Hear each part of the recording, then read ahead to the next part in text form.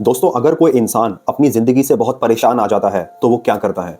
मैं हमेशा यही कहता हूँ कि किसी की ज़िंदगी में कितनी भी तकलीफ़ें आएँ, उसे अपनी ज़िंदगी कभी ख़त्म नहीं करनी चाहिए। जिस केस के बारे में हम आज बात कर रहे हैं, इस केस ने आज पूरे देश को हिला रखा है। पूरे सोशल मीडिया पर इस केस को लेकर लोगों में गुस्सा और विक्टिम के लिए इमोशंस की बाढ़ आ रखी है। अतुल सुभाष एक बहुत ही इंटेलिजेंट एआई इंजीनियर जो बेंगलुरु के बहुत अच्छी कंपनी में जॉब कर रहा था। उसने 6 लोगों से परेशान होकर अपनी जिंदगी को खत्म करने का निर्णय लिया और इस दुनिया को अलविदा कहने से पहले उसने 1 घंटा 21 मिनट और 46 सेकंड का एक वीडियो रिकॉर्ड किया और 23 पन्नों के नोट्स बनाए, जिसमें उसने अपनी पूरी कहानी बयां करी। उसने बताया कि कैसे इन 6 लोगों ने उसकी जिंदगी को जहन्नुम बना दिया था और इन्हीं 6 लोगों की वजह से वो इस दुनिया को छोड़ के जा रहा है। उसने बकायदा उस वीडियो में एक एक चीज को डिटेल में बताया है। इसी के साथ साथ उसने अपनी 12 इच्छाएं भी बताई हैं कि मेरे जाने के बाद मेरी ये लास्ट विशेज हैं जो कि अगर पूरी हो जाएं तो बेहतर रहेगा। दोस्तों, इस 1 घंटा 21 मिनट और 46 सेकंड की वीडियो को मैंने पर्सनली सुना है। यकीन मानो दोस्तों, इस वीडियो को देखने के बाद और अतुल सुभाष की आप बीती सुनने के बाद आपकी आंखें जरूर नम हो जाएंगी और आपको हमारे देश के कानून व्यवस्था को लेकर बहुत गुस्सा आएगा। तो चलिए कहानी शुरू करते हैं। अतुल सुभाष 34 साल का एक सॉफ्टवेयर इंजीनियर। उसका जन्म बिहार के समस्तीपुर में हुआ। उसने कम उम्र में ही टेक्नोलॉजी की दुनिया में महारत हासिल कर ली थी। वो बेंगलुरु की एक बड़ी कंपनी में सॉफ्टवेयर इंजीनियर के पद पे जॉब कर रहा था। वो अकेला बेंगलुरु में ही रहता था, लेकिन उसका परिवार बिहार में रह रहा था। उसकी एक अच्छी जॉब थी और परिवार वाले भी सब बहुत खुश थे। तो परिवार वालों ने सोचा कि क्यों ना अब लड़के की शादी कर दी जाए। तो परिवार वाले उसके लिए रिश्ता ढूंढना शुरू कर देते हैं, लेकिन उसके हिसाब से अच्छा मैच उनको बिहार में कहीं नहीं मिलता। तो अब अतुल मैट्रिमोनियल साइट्स पे एक अच्छी लड़की ढूंढना शुरू करता है। उसको एक लड़की की प्रोफाइल मिलती है। लड़की का नाम था निकिता। निकिता अपने परिवार के साथ यूपी के जौनपुर में रह रही थी। निकिता ने अपने प्रोफाइल में लिखा कि वो भी टेक्नोलॉजी में ही उसने पढ़ाई की हुई है और एक टेक कंपनी में जॉब कर रही है। अतुल के परिवार को निकिता पसंद आती है और निकिता के परिवार को अतुल पसंद आता है। तो अब दोनों की शादी बहुत धूमधाम से होती है। 26 अप्रैल 2019 को दोनों की शादी धूमधाम से हुई। शादी होने के बाद अब अतुल और निकिता दोनों बेंगलोर शिफ्ट हो जाते हैं। अब क्योंकि अतुल टेक्नोलॉजी में बहुत होशियार था, तो उसने सोचा कि क्यों ना मैं अपनी बीवी को भी आगे तक लेकर जाऊं।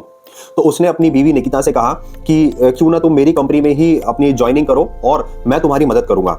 तो जब उसने निकिता की प्रोफाइल चेक करी तो तब उसको पता चला कि निकिता कोई किसी बड़ी टेक कंपनी में जॉब नहीं कर रही थी, बल्कि सिर्फ एक कॉल सेंटर में जॉब कर रही थी। अब क्योंकि अतुल की नई शादी हुई थी और दोनों ने जिंदगी की नई शुरुआत की थी, तो अतुल ने इस बात को नजरअंदाज कर दिया और निकिता से कुछ भी नहीं कहा। तो अब दोनों अपनी खुशहाल जिंदगी जी रहे थे और अब कुछ समय बाद दोनों को एक बेटा होता है। बेटा जब हुआ तो उसी दौरान पति पत्नी में छोटी छोटी बातों पर नोकझोंक होनी शुरू हो गई। नोकझोंक एक आम बात है जो कि आजकल हर परिवार में होती है, और जब हस्बैंड वाइफ में कुछ छोटी मोटी नोकझोंक होती है तो फिर वो कुछ समय बाद उसकी सुलह भी हो जाती है। लेकिन इस परिवार में ऐसा नहीं था। दोनों की जब लड़ाई होती थी, नोकझोंक होती थी, तो वह उसका कोई सॉल्यूशन नहीं निकलता था। अब यहाँ पर इन्वॉल्वमेंट होता है निकिता की माँ का। अब निकिता की माँ जौनपुर से निकिता के पास और अतुल के पास बेंगलुरु में आकर उनके साथ उनके घर में रहने लगती है। और अब जब निकिता की माँ का इन्वॉल्वमेंट हुआ तो निकिता की माँ उसको सलाह मशवरा देना शुरू करती है और अब दोनों मियाँ बीवी की जो नोकझोंक थी वो एक बड़ी लड़ाई में तब्दील हो जाती है। अब पति पत्नी के बीच और ज्यादा खटास आ जाती है। अब उसी दौरान निकिता अपने पति अतुल से कहती है कि मेरा भाई एक बिजनेस शुरू करना चाहता है, तो उसको कुछ पैसों की जरूरत है, तो कुछ पैसे दे दो। तो अतुल उनको पैसों की मदद करता है। अतुल उनको 3 किश्तों में पैसे देता है। पहले 3 लाख रुपए देता है, फिर 14 लाख रुपए देता है और फिर दोबारा 3 लाख रुपए देता है। मतलब टोटल 20 लाख रुपए अतुल निकिता और उसके परिवार को दे चुका था। अब जब वो 20 लाख रुपए दे चुका था तो निकिता और उसके परिवार की नीयत और खराब हो जाती है। अब निकिता उससे कहती है कि मेरे भाई को और बड़ा बिजनेस करना है और अब हमें 50 लाख रुपए की जरूरत है। तो अब अतुल कहता है कि मेरे पास इतने ज्यादा पैसे तो नहीं हैं और जो मैंने आपको 20 लाख रुपए उधार दिए हैं वो मुझे वापस कर दो। अब ये सुनते ही निकिता और उसकी माँ बहुत भड़क जाती है और दोनों में लड़ाई हो जाती है। और अब उसी दौरान कोरोना शुरू हो जाता है। कोरोना शुरू हुआ तो निकिता अपनी माँ और अपने बच्चे को लेकर बेंगलुरु से दूर अतुल से अलग रहने लगती है और वापस अपने मायके जौनपुर पहुंच जाती है। अब यहाँ पर कोरोना चल रहा था और अतुल अकेला बेंगलुरु में रह रहा था और निकिता अपनी माँ और बच्चे के साथ और अपने भाइयों के साथ अपने मायके में अपने घर में रह रही थी। तो अब निकिता जब अपने मायके पहुंचती है तो वहां जाकर वो अपने असली रंग दिखाना शुरू करती है और इसी के साथ साथ निकिता अतुल के ऊपर सैकड़ों केसेस फाइल कर देती है। निकिता ने जौनपुर में ही अतुल के खिलाफ लगभग 9 केसेस फाइल किए, जिसमें दहेज, डोमेस्टिक वायलेंस, मेंटेनेंस का केस, इसके साथ और भी अन्य केसेस फाइल किए। अतुल के खिलाफ ही नहीं, अतुल के बुजुर्ग माँ बाप के खिलाफ भी निकिता ने केसेस फाइल किए। इतना ही नहीं, निकिता ने अतुल के खिलाफ 302 सेक्शन 302 के अंडर भी एक केस फाइल किया, जिसमें निकिता ने अतुल पे एलिगेशन लगाते हुए कहा कि शादी के टाइम पे अतुल ने मेरे पिता से 10 लाख रुपए की डिमांड की थी। उसने एज 10 लाख रुपए दहेज के तौर पे मांगे थे, जिसे सुनते के साथ ही मेरे पिता को हार्ट अटैक आ गया और मेरे पिता की डेथ हो गई। हालांकि अतुल ने कोर्ट में जज साहब से कहा कि जज साहब, इसमें मैंने कोई भी किसी भी तरीके की दहेज की डिमांड नहीं की थी। निकिता के पिता 10 साल से डायबिटिक पेशेंट हैं और उन्हें दिल की बीमारी भी है, और मैंने उनको किसी भी तरीके का कोई भी दहेज की डिमांड नहीं की। दूसरी बात, निकिता के पिता की जो डेथ हुई थी वो 2019 में हुई थी, और अब 2 साल बाद जाकर 2021 में निकिता मुझ पे ये एलिगेशन लगा रही है, बोल रही है कि इनकी वजह से मेरे पिता की डेथ हुई है। तो जज साहब, ये सारे केसेस जो निकिता ने मेरे खिलाफ फाइल की हैं, ये सारे झूठे हैं। लिहाजा वो मुझसे 50 लाख रुपए मांग रही है, और अगर मैं 50 लाख रुपए नहीं देता तो वो इन केसेस को कंटिन्यू रखेगी। निकिता के पास आज की डेट में जो उसने सारे एलिगेशन लगाए हैं हमारे केसेस में, उनको प्रूव करने के लिए एक भी एविडेंसेस निकिता के पास नहीं है। तो ये सारे केसेस उसने मेरे खिलाफ झूठे फाइल किए हैं, लेकिन कोर्ट ने अतुल की एक नहीं सुनी। अब अतुल को बहुत ज़्यादा मेंटली हैरेसमेंट हो रहा था, क्योंकि अतुल बेंगलुरु में जॉब कर रहा था और उसके केसेस चल रहे थे जौनपुर में। तो अब अतुल को केसेस अटेंड करने के लिए बेंगलुरु से जौनपुर जाना होता, जिसके लिए अतुल के 3 दिन वेस्ट होते, और वो एक प्राइवेट कंपनी में जॉब कर रहा था। तो एक दिन बेंगलुरु से जौनपुर जाना, दूसरे दिन कोर्ट हियरिंग अटेंड करना, और तीसरे दिन जौनपुर से बेंगलुरु वापस आना। तो ये एक उसके लिए मेंटल हैरेसमेंट था। इतना ही नहीं, कोर्ट ने अतुल को बोला कि तुम 80,000 रुपए निकिता और उसके बच्चे को एज अ मेंटेनेंस के तौर पे दोगे। तो अतुल को ये और ज्यादा मेंटली हैरेस कर रहा था। एक तो उसकी जॉब पर इफेक्ट पड़ रहा था, इतनी सारी छुट्टियां लेना, दूसरा उसको 80,000 रुपए मंथली मेंटेनेंस देना।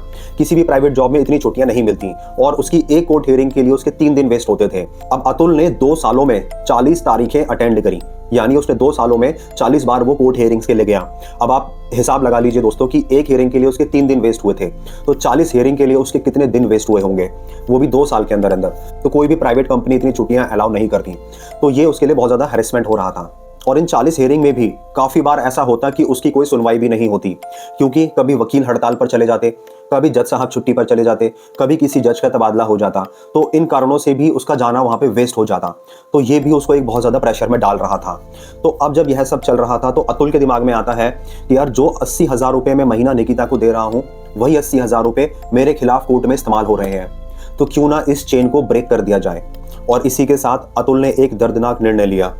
अतुल ने अपनी एक वीडियो बनाई जो कि 1 घंटा 21 मिनट और 46 सेकंड की थी, और 23 पेजेस के नोट लिखे, जिसमें अतुल ने डिटेल में अपने साथ हुई आप बीती को बयां किया, और उसमें 6 लोगों के नाम लिखे कि इन 6 लोगों की वजह से मैं बहुत परेशान हूँ। उन 6 लोगों में सबसे पहला नाम था जौनपुर की फैमिली कोर्ट की जज साहिबा का, दूसरा नाम था उसकी पत्नी का, तीसरा नाम था उसके ब्रदर इन लॉ का, चौथा नाम भी उसके ब्रदर इन लॉ का, पांचवा नाम भी एक ब्रदर इन लॉ का, छठा नाम था उस कोर्ट में जो जज साहिबा के पेशकार का। तो मैं आपको बताऊंगा इन दोनों का, जज साहिबा का और पेशकार का, क्या रोल था, उसने अतुल ने उनका नाम क्यों लिखा। और जब ये सब उसने वीडियो बनाई, और उसने अपनी वीडियो में कहा भी कि मैं अपनी अंतिम मुक्ति लेने से पहले अपने परिवार वालों से बात करूंगा, मेरा कुछ ऑफिस का काम है, मैं उसको ख़त्म करूंगा, और फिर मैं लास्ट में मुक्ति लूंगा, और जो भी ये वीडियो देख रहे हैं उनका कल्याण हो, सबका कल्याण हो। दोस्तों, ये सारी बातें उसने इमोशनल होके कही। आप खुद सोचिए दोस्तों, ऐसा करते वक्त उसको कितना दर्द हुआ होगा। और उसने अपने सारे काम खत्म करके लास्ट में मुक्ति ले ही ली। उसने अपने रूम में लटके हुए पंखे पर फांसी लगा ली। तो अब बात करते हैं कि अतुल ने जज साहिबा और उनके पेशकार का नाम क्यों लिखा। अतुल ने बताया कि सबसे ज़्यादा मुझे तकलीफ इन जज साहिबा ने दी है, क्योंकि ये जज साहिबा निकिता से मिली हुई थी, और इन जज साहिबा ने मेरे केसेस में मेरी एक भी नहीं सुनी, मेरा कोई भी डिफेंस रिकॉर्ड पे नहीं लिया गया। और इतना ही नहीं, इन्होंने मेरे से रिश्वत भी मांगने की कोशिश की जौनपुर में, जहाँ पे इतना कोई खर्चा नहीं आता, और मेरा जो बच्चा था, जो 2-3 महीने का था बच्चा, और मेरी वाइफ जो कि पढ़ी लिखी है, उसको 80,000 रुपये देने का जो मेंटेनेंस बांधा गया, वो बिल्कुल गलत बांधा गया। और जज साहिबा जानबूझकर जो तारीख होती थी, जिस दिन मेरी हियरिंग होती थी, उस दिन वो कोर्ट में नहीं आती थी, तो मेरा जाना वेस्ट हो जाता था। और भी इसके अलावा बहुत सारी चीज़ें हैं जिसकी वजह से मैं जज साहिबा से बहुत परेशान था। उन्होंने मेरे को बहुत ज़्यादा मेंटल टॉर्चर किया। और वो जो उनका पेशकार था माधव, वो जानबूझकर निकिता से रिश्वत लेता था, और वो बहुत छोटी तारीखें लगाता था। जैसे मैं अगर आज गया तो मेरे 3 दिन वेस्ट हुए, तो वो अगली तारीख लगाएगा 1 हफ्ते बाद की, जिससे कि मैं परेशान हूँ और मुझे 1 महीने में काफ़ी छुट्टियाँ लेकर बेंगलुरु से जौनपुर आना पड़े। तो माधव के खिलाफ भी कार्रवाई होनी चाहिए। तो अतुल ने कहा कि ये सारी बातें ऑन रिकॉर्ड है, ये सारी बातें मेरे पास इनके लिए सबूत भी हैं, जो कि मैं अपने फोन में, अपने लैपटॉप में छोड़कर जा रहा हूं।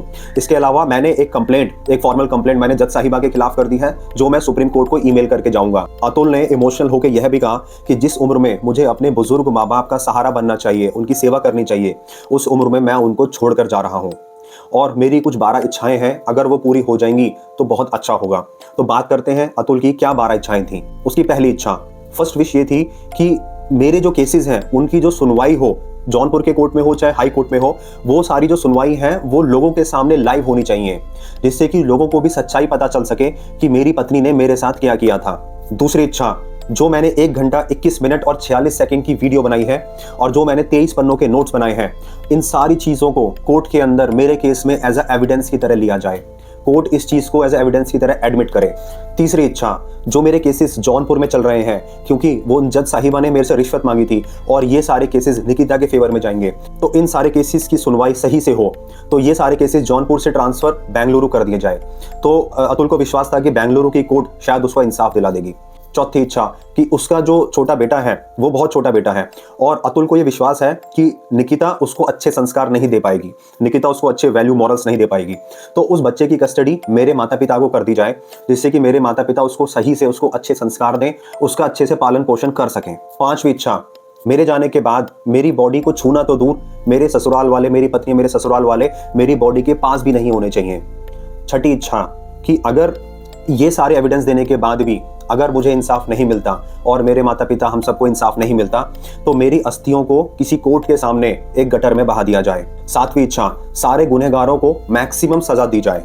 आठवीं इच्छा, मेरे माता पिता को मेरे जाने के बाद किसी भी अन्य झूठे केसों में फंसाया ना जाए। नौवीं इच्छा कि अगर मेरी पत्नी या मेरे ससुराल वाले मेरे केसेस को लेकर नेगोशिएट करते हैं, समझौता करने की कोशिश करते हैं, तो ये कोई समझौता ना किया जाए, उनको सिर्फ सजा दी जाए। 10वीं इच्छा, अगर मेरी पत्नी या मेरे ससुराल वाले जौनपुर कोर्ट में जो केस चल रहे हैं उनको वापस लेने की अर्जी डाले, उनको विड्रॉ करने के लिए एप्लीकेशन डाले, तो वो विड्रॉ ना किए जाएं जब तक वो ये ना कह दे कि ये सारे केस झूठे हैं जो मैंने फाइल किए हैं। 11वीं इच्छा, अब मुझे पता है कि मेरे जाने के बाद मेरी पत्नी मेरे बेटे को लेकर कोर्ट जाएगी और बेटे को दिखाकर कोर्ट से सिंपैथी गेन करेगी, तो उसके इस ड्रामे को ना सुना जाए और उसको सख्त से सख्त सजा दी जाए।